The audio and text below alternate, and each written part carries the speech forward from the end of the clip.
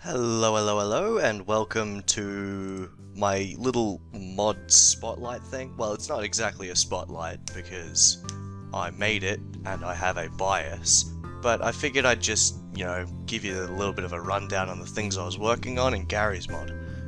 Because, you see a lot of tabletop simulator content on my channel, and I figured I'd mix it up a bit with a couple of projects that I've actually been working on outside of that. So this here is Edge of the Empire RP, or as I like to call it, Edge of the Old Republic, because I ported a lot of the assets from KOTOR like you see in my tabletop sim mods, but injected it into Gary's mod and tried to do a lot of fancy stuff.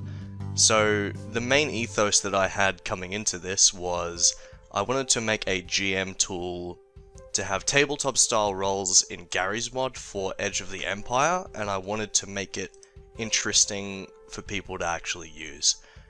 And you might be asking, oh, this is NutScript, why aren't you using Clockwork like all the cool kids use?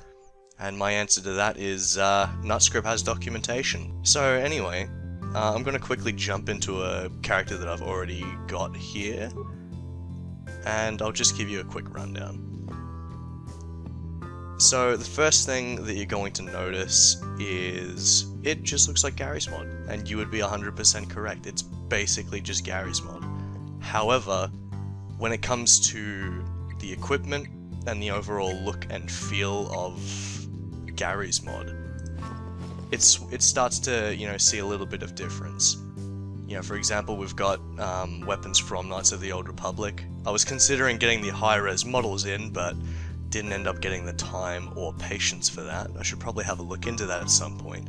Regardless, all the weapons and stuff completely work, but that's not the whole point of the video. The point of the video is what I actually got up to.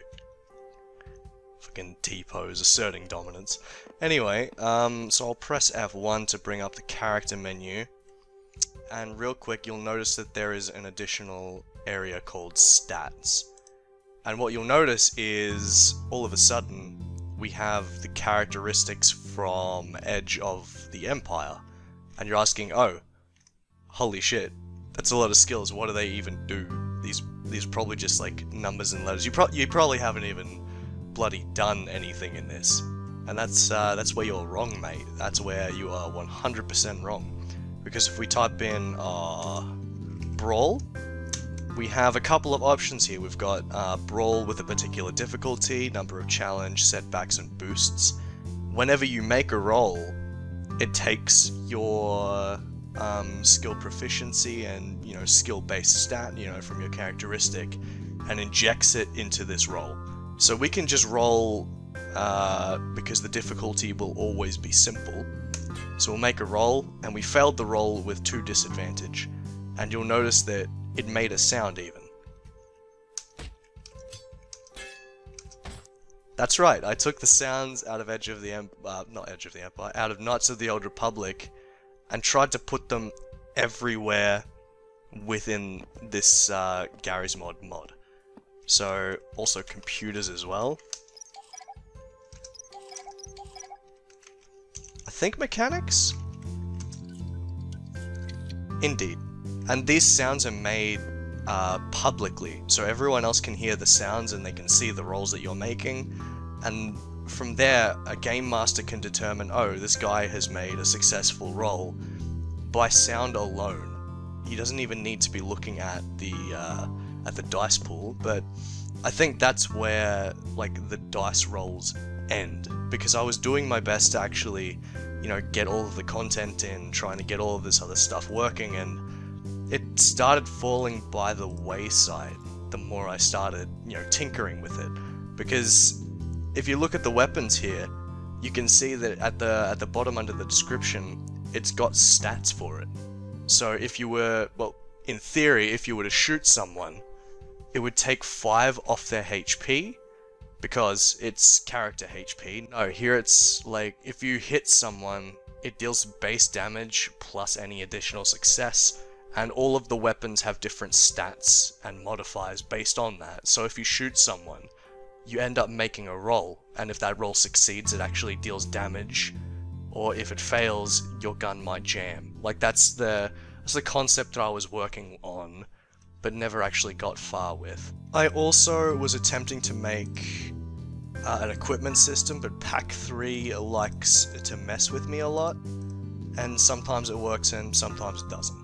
I've got a couple of images on my hard drive that I'm probably going to forget to upload after I upload this video, of all the equipment and masks actually working. But it's simply just all of the equipment from KOTOR that you could possibly want. You can wear it, essentially. You know, I was, I think, tinkering with belts the last time I left off here, but I don't think I ever actually got anywhere with that because the body groups were such a pain. So let's talk about the scope. The first thing I wanted to do is port over the Knights of the Old Republic assets. And I've done it with like all of the equipment, all of the weapons and textures, as well as, I believe, some of the character models. And the second thing I wanted to do is make those assets available to the players and the game master of the table. And when I say table, I mean the server. The server is the table, and that's the most interesting thing here, is you can have really good passive roleplay where you're like hanging out and you're doing little tinkering. Right, so we can imagine a situation where the game master has gone through the server, and what he has done, he set up a whole bunch of little knickknacks that you can tinker with, and, you know, alternatives to get around a particular issue. So let's say the issue is, we need to start the engine of this little shuttle here, but it's all connected external because it's in the maintenance bay. Well, there could be options for your players to go up and, you know, try mechanics on the actual craft, so they'd run over and they'd be like, oh, this thruster's down, once we actually kick it into gear we'll get green light, so they'd roll mechanics. Of course, with the GM's assistance, they'd actually be able to determine what difficulty the roll would be, if there's any, you know, outstanding issues with what they're doing or anything like that. Alternatively, they could come over to a computer or something and type with computers with a difficulty of 1 challenge to say, oh, well, no, 1 challenge to say, okay, if this alarm goes off, you're alerting the entirety of the base, no setback, and let's say 2 boosts because you've had a lot of coffee and you're on a really, really good high with a lot of good equipment. So we can see here a successful roll with advantage. So all of a sudden, we've done really, really well. The shuttle's actually kicking up, and, you know, the engine's, you know, sputtered to life in almost pristine condition. So, you know, you can tailor it to your players. Right? What was the original scope? What I wanted originally was an application where you can create your own character from Knights of the Old Republic, and basically have all of the equipment available to you from Knights of the Old Republic. So you can see here that I'm just using one of the default models from the Bell Tower Mercenaries. Really good pack, but I would much prefer it to be, you know, like the head of a KOTOR model, and the entire outfit of, like, you know, a heavy Mandalorian mercenary or a Neo Crusader or something like that. That's the creativity and control I would have offered to the players, but unfortunately, Half-Life body groups only let you have, like, what is it, like 5 body groups, each with 10 variations, and that's not enough. That's just not enough for the scope of the application I was working towards.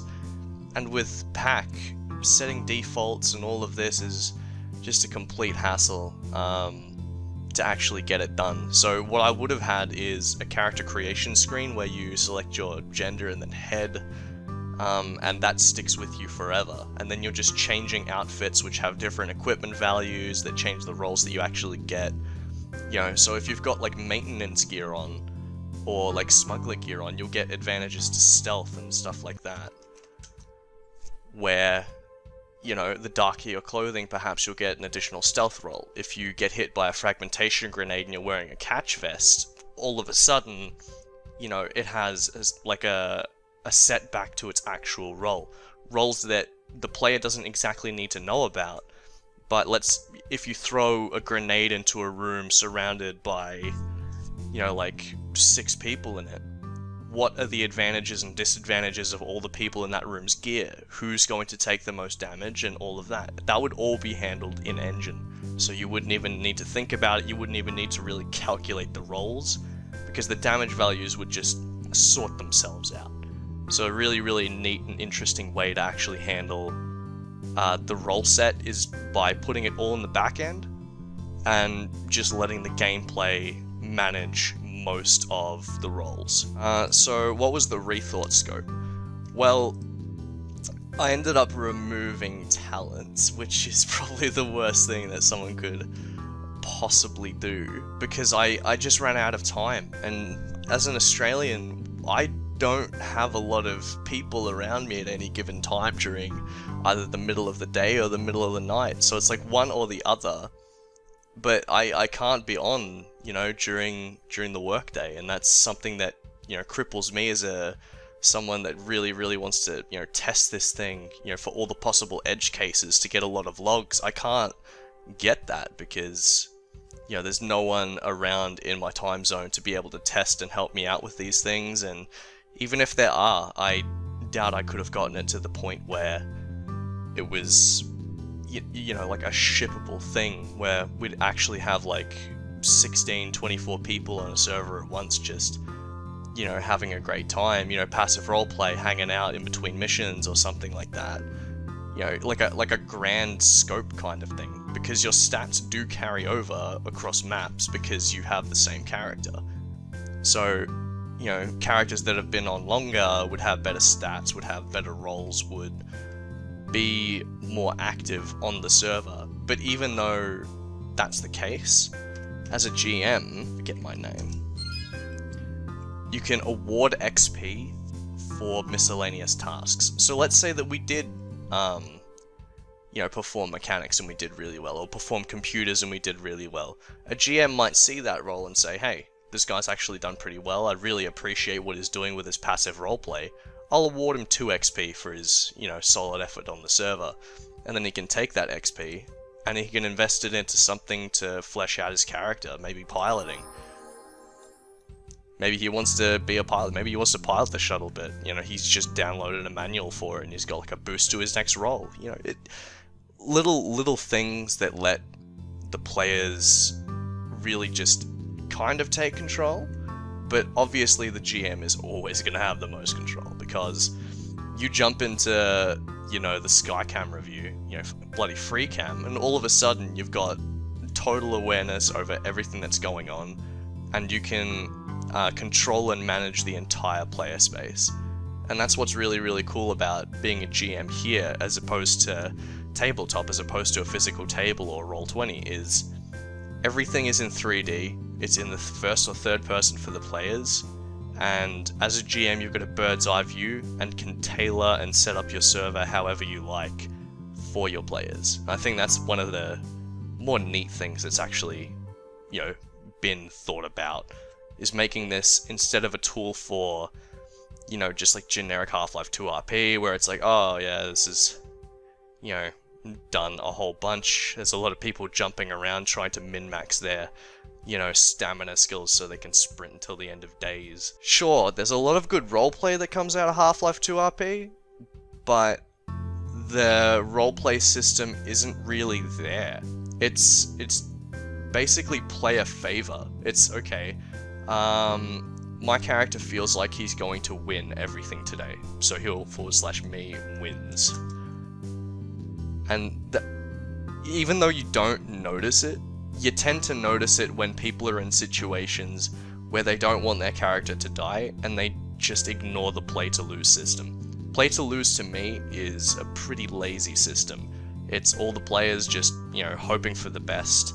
And sure, you can have a lot of fun with passive roleplay and stuff like that, where you're not actually engaging in activities with other players, you're just hanging out on your own, writing, you know, bloody stories to, you know, just entertain yourself and anyone that might be, you know, eavesdropping or anything like that. But the play-to-lose system for me just isn't terribly appealing, and that's why I like the roles. It gives you a very like hard denotation of exactly what has gone well and what has gone wrong.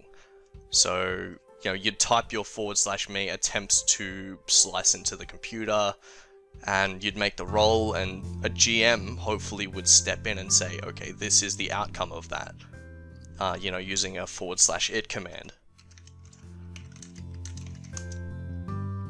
You know, so it's completely anonymous, and it's like the players are just playing a game, and there's like an AI somewhere, a mystical entity, you know, telling them the outcomes of all of their actions. And I think that's pretty neat. It's like the players, even though they might be alone in the player space, they're not alone on the server, because you've always got someone to bounce ideas off. Out of character is a thing that you can do in Gmod as well, so // and you can post out of character messages like Bananarama. And all of a sudden, people can, you know, take a minute and just relax out of character. You don't need to be in character all the time.